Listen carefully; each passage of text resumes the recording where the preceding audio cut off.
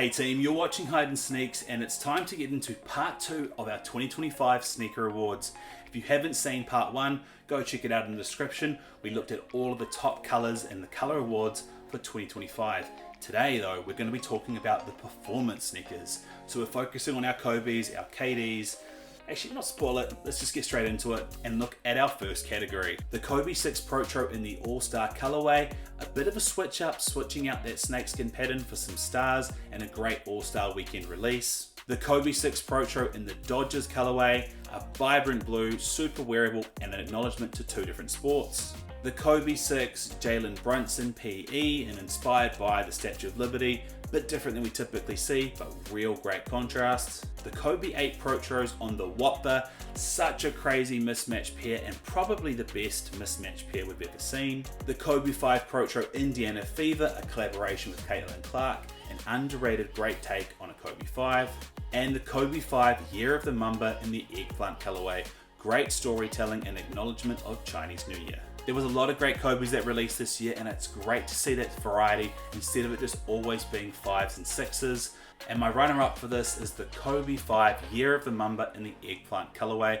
I think this pair has so much great storytelling. It feels premium, and it really acknowledges both Chinese New Year and that Black Mamba mentality so well. And it would have been my top pick if it wasn't for this pair here, which is the Kobe 6 Player Edition collaboration with Jalen Brunson.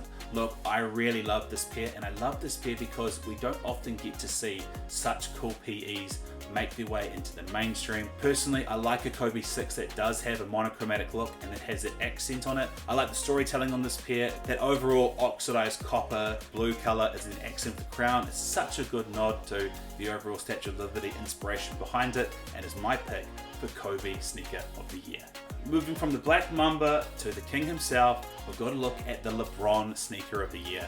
Now, LeBron is interesting at the moment because he's releasing so many different models. It's almost like a pair that he releases, such as the 19s, might even stay in market and releasing colorways for up to 3 years. So this year, we have the likes of the 19s, the 20s, the 21s, and even the 22s actually being shown up in the calendar. So there's a lot for us to pick on, but let's go look at our top 6 LeBron nominees. The Nike Zoom LeBron Next Genesis in the Monopoly Persian Violet colorway. This one, bringing in that royal violet, really pops. The LeBron 21 Prime 96 in the Fire Red colorway, drawing inspiration from a different pair, from a different model. It's actually really cool to see it come together with such great storytelling. The LeBron 22 Mogul, a clean black, white and gold pair, but a mismatched pair that I think is done in a tasteful way. The LeBron 22 LX Black Label Pack, released at All-Star Weekend, feeling super elevated and my favorite take so far on a 22. And the Nike LeBron 23 From This Point Forward, a pair that captures some great storytelling from his time at high school and is probably one of the most cleanest 23s we've seen released. Well, that's a lot of great LeBron pairs that we saw released in 2025, but such variety. Literally everything from a 2021, 22 and a 23 was featured in our nominees. And of course, we can only have one runner-up, which is for me, the LeBron 21 Prime 96 in the Fire Red colorway. I think this is a great way to approach storytelling in sneakers, taking inspiration from other popular models that may not have released in some time and applying that colorway to the current model of athletes, I think is fantastic and should be the way we approach a lot of storytelling from old retros again. However, it's not my top pick. My top pick actually goes to the blacked out LeBron 22s that was released at All-Star Weekend. They are so elevated, they are so premium, very fitting for our LeBron Sneaker of the Year. Moving from the King to the Slim Reaper, I am of course talking about KD and talking about the best KD sneaker of the year. And in 2025, he had some fantastic retros, especially because there were so many retros of the KD4, one of my favorite models in his lineup. So let's get into the nominations. The KD4, the real MVP in the Summit White colorway. Great storytelling, really premium with those gold hits, and a fantastic moment in NBA sports history. The KD4 scoring title, great contrast, fun, electric pair. The KD4 in the Easter colorway, nice contrast. Don't see a lot of teal pairs, but it did look really nice on this one. KD4 in the Texas Longhorns colorway, remembering where he came from, but also fantastic to see an orange performance pair. The KD18 in the Rain City colorway, his latest model with some great treatment and accent colors to help the overall silhouette pop. And the KD18 in the Halloween colorway. Great storytelling, acknowledging the origin of that Slim Reaper name, and obviously carrying out the inspiration behind the overall shape and look of this pair.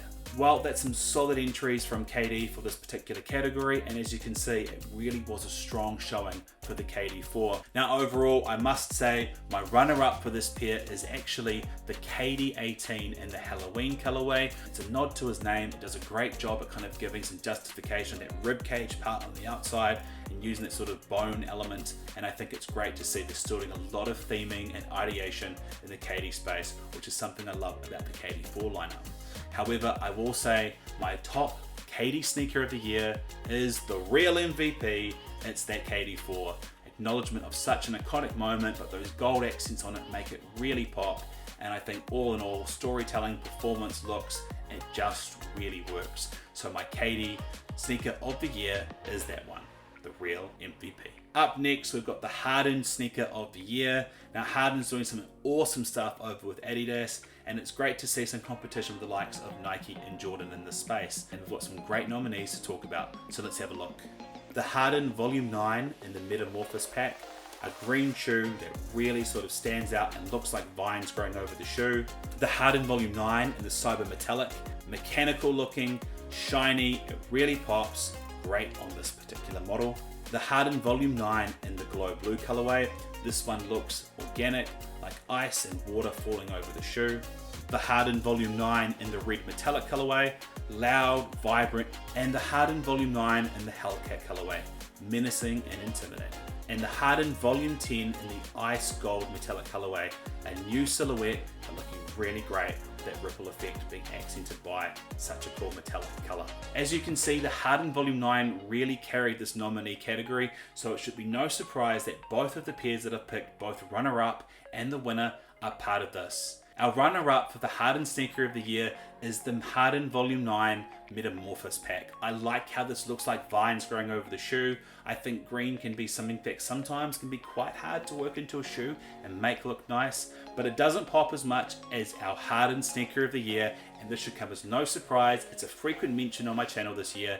That is the Harden Volume 9 in the Hellcat colorway. Again, I just like everything about this shoe. It's menacing, it's tough, it uses the design well, and the accent of the three stripes being kind of incorporated into a curved pattern and bread looks incredible. Moving on to our next Adidas player ambassador, and that is Anthony Edwards. Anthony Edwards had some great pairs this year as a young up-and-comer, and I really like what they're doing with his AE1 lineup. So let's go and look at the nominees. The AE1 in the chrome colorway, really showing off the metallic look, a real mechanical grill style finish. The AE1 Low Year of the Snake, iridescent, eye-popping, great storytelling.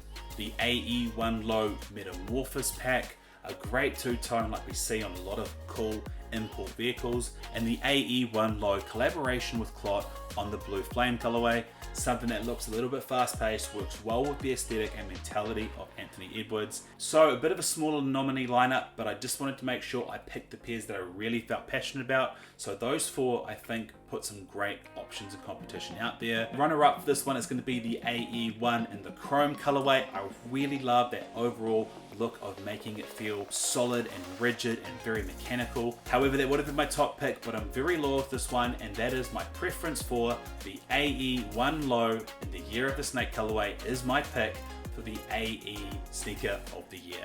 Great storytelling, such an unusual color scheme, and will always make a statement on court. Up next, we have our non-player performance sneaker of the year. This is a shoe that is a performance sneaker that is designed for basketball and isn't part of an athlete's lineup, is instead part of a sneaker manufacturer's basketball performance lineup.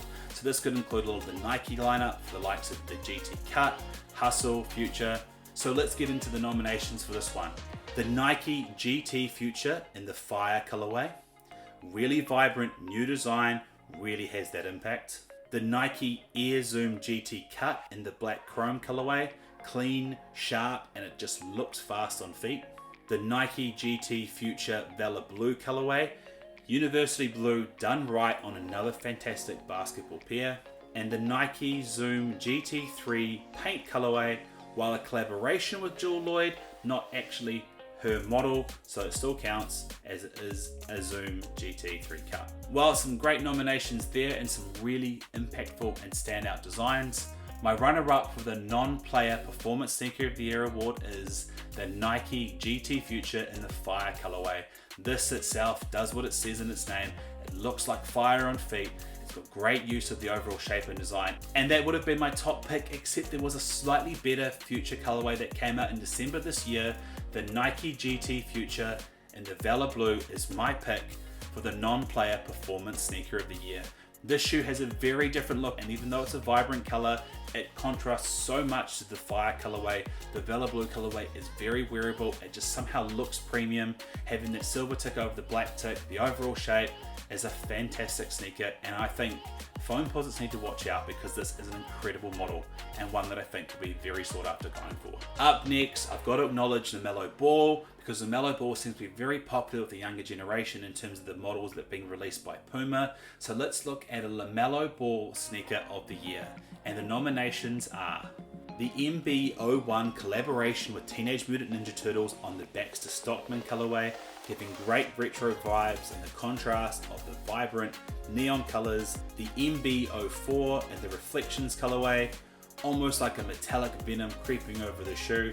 This one really has some dark contrast but great metallic hits. The MB04 Low in the Alien Skins colorway. This one is very vibrant, probably one for the kids, but the contrast of all the different blues and the creeping patterns of flames and slime kind of really make the shoe pop, and a bit different than anything else we see in other competitive brands' performance inspired lineups. And the MB04 LaMelo Ball collaboration with Teenage Mutant Ninja Turtles on the Shredder pair. And this was a pair you had to buy other pairs but get access to, and it was for good reason. It was one of the best in the TMNT lineup. Well, that's some fantastic entries for LaMelo Ball. I do think he does some really wild stuff, but he does some really good stuff collaborating with famous brands. Think of the likes of Scooby-Doo, Teenage Mutant Ninja Turtle. There's some really cool collaborations going on here. So what is the top two that I picked for this year? My runner-up for LaMelo Sneaker of the Year is the MB01 collaboration with Teenage Mutant Ninja Turtle on the Baxter Stockman colorway. I think this one is both loud but also quite interesting. There's that retro balance in there, there's the different colors, there's a real use of the different materials that you typically see on a LaMelo Ball pair. So I think it's done in quite a tasteful way, and unlike a lot of LaMelo Ball sneakers, I think this one is a little bit more wearable for adults, so that's a big win. But it would have been my top LaMelo Ball sneaker of the year if it wasn't for the Main Bad Guy collaboration with Teenage Mutant Ninja Turtles on the Shredder pair. I'm not quite sure if it's just the overall look of the shoe that I like. I do think purple and silver work together really, really well, and I do like the idea of the overall claws of Shredder being thrown on there. But the overall marketing decision to buy all the other pairs to actually unlock the ability to get this exclusive pair is really interesting. Often when we try to get exclusive pairs, it's because of a super limited run or boundaries to enter. This one, technically speaking, you just have to buy the lineup to be able to get this pair, and I think that's an unusual model. I don't want it to be the norm for hard to get cool exclusive pairs, but in this case, I thought it was really cool, so I've got to acknowledge that as the LaMelo Sneaker of the Year. Finally, our big category in our Performance Sneaker Awards, and that is what is the best new model. Now, obviously, all the players that have lineups release a new model every year, so as you can imagine, this is a very competitive category. However, I want to keep it simple and talk about only 3 nominations for this one, and that is the LeBron 22, great silhouette storytelling, the contrast, the overall box and aesthetic, the fact he only released 23 pairs. This feels a lot more restricted and a lot more premium than we've seen from recent LeBron entries. The Harden Volume 10, carrying on and using interesting geographic shapes and making it look almost mechanical in the design. I think the Volume 10 carries everything good about the Volume 9. And the Nike GT Future Series, this one I think speaks for itself in the sense that it has some really unique lines and captures a lot of what was really good about the foam posit and a very futuristic looking design. So a very interesting category. We have an athlete from Nike, we have an athlete from Adidas, and then we have Nike as part of their basketball lineup. How do I pick a winner? How do I pick a runner-up? Well, I'm going to go with Nike on this one, and I've got to say that the LeBron 23 is my new model performance sneaker of the year runner-up. They've been very good on the storytelling on this, right from the overall packaging to the inspiration in LeBron's career as to where the pairs come from. And it's almost like they're getting prepared for like a farewell tour pair, because there's so much storytelling in the individual pairs that make acknowledgements to quite big parts of LeBron's career.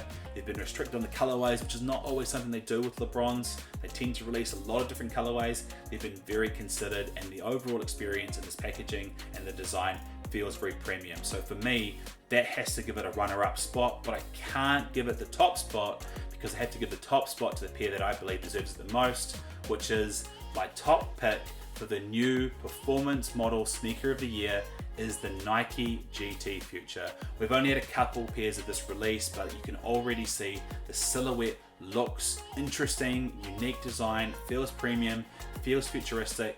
And as I say, if you like foam posits, you should love this shoe because it has so much of that DNA almost complemented and then upskilled on this particular model. Well, that takes us to the end of our performance sneaker awards. This of course is part 2 of a 4-part 2025 sneaker awards video, and coming up in part 3 we've got some awesome stuff to talk about because we're looking at the Jordan 1 through 14 retro lineup and picking our top pairs for those particular models. So it's going to be super exciting, and I look forward to seeing you in that video. In the meantime, feel free to like and subscribe. Let me know your thoughts on the different other athletes that I've talked about today and those top model lineups. And if there's an athlete you feel that deserves to be in there, maybe it's a Luka, maybe it's a Zion, let me know what your pick would have been for some of their top sneaker of the year categories for those. Until then, see you next time, guys. Bye.